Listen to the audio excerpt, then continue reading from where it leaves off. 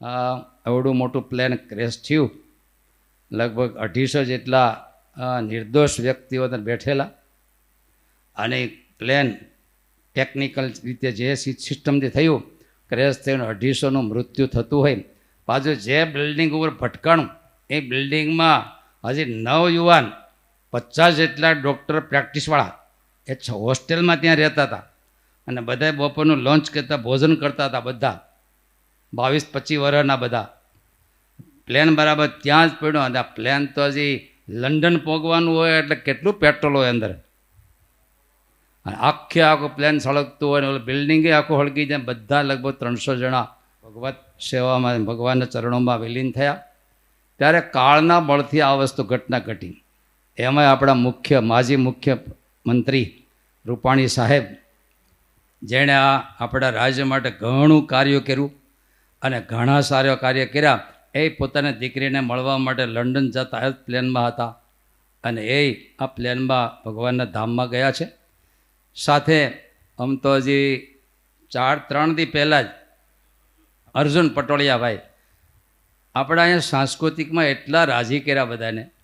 ત્યાર પછી સત્સંગ એવો રાખ્યા કે પરિવારમાં એને લઈને સત્સંગ એટલો બધો મોટો હતો. અને હજી જતી વખતે આમ તો એના પત્ની થોડાક બીમાર હતા, પછી ધામમાં ગયા, એના અસ્થિ પધરાવવા માટે આ દેશમાં આવ્યા, અને બધી વિધિ વિધાન કર્યા, સંતોને જમાડ્યા. જાતી વખતે મારી પાસે વચનામૃત વાંચ્યું.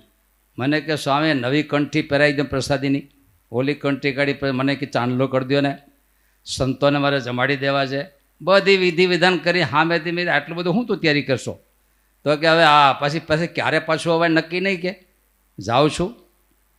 અને પછી અહીંથી નીકળ્યા અને એ જ પ્લેનમાં બેઠા. 15 દી પહેલાં એના પત્ની ધામમાં ગયા, એના અસ્થિ પધરાવા આવ્યા, અને એ જાતી વખતે એને દીકરી 2 વર્ષના 7 વર્ષના ત્યાં લંડનમાં છે. ત્યારે આ ભગવાનને પ્રાર્થના કરી કે આ કાળની ગતિમાં અનેક આત્માઓ ભગવાનના ચરણોમાં વિલીન થયા છે. બધા આત્માઓને ભગવાન પોતાની સેવામાં રાખે અને સુખ શાંતિ આપે. એના પરિવારજનોને કેટલું કષ્ટ હશે, અકલ્પનીય હોય.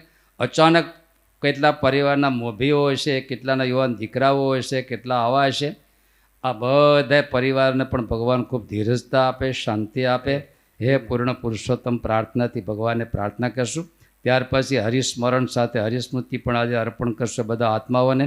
7 દિવસ સુધીને આપણે હરિસ્મૃતિનું ગાન કરી અને બધા આત્માઓને આપણે શાંતિ મળે, ભગવત સ્વરૂપમાં સુધી પહોંચે, અને એના સંબંધીને પણ ધીરજતા ખૂબ મળે એ ભગવાનને પ્રાર્થના કરીએ. હે પૂર્ણ પુરુષોત્તમ પ્રભુ પરબ્રહ્મ જય સર્વોપરી સુખ કંદ સહજાનંદ જી કમનીય મૂર્તિ માધુરી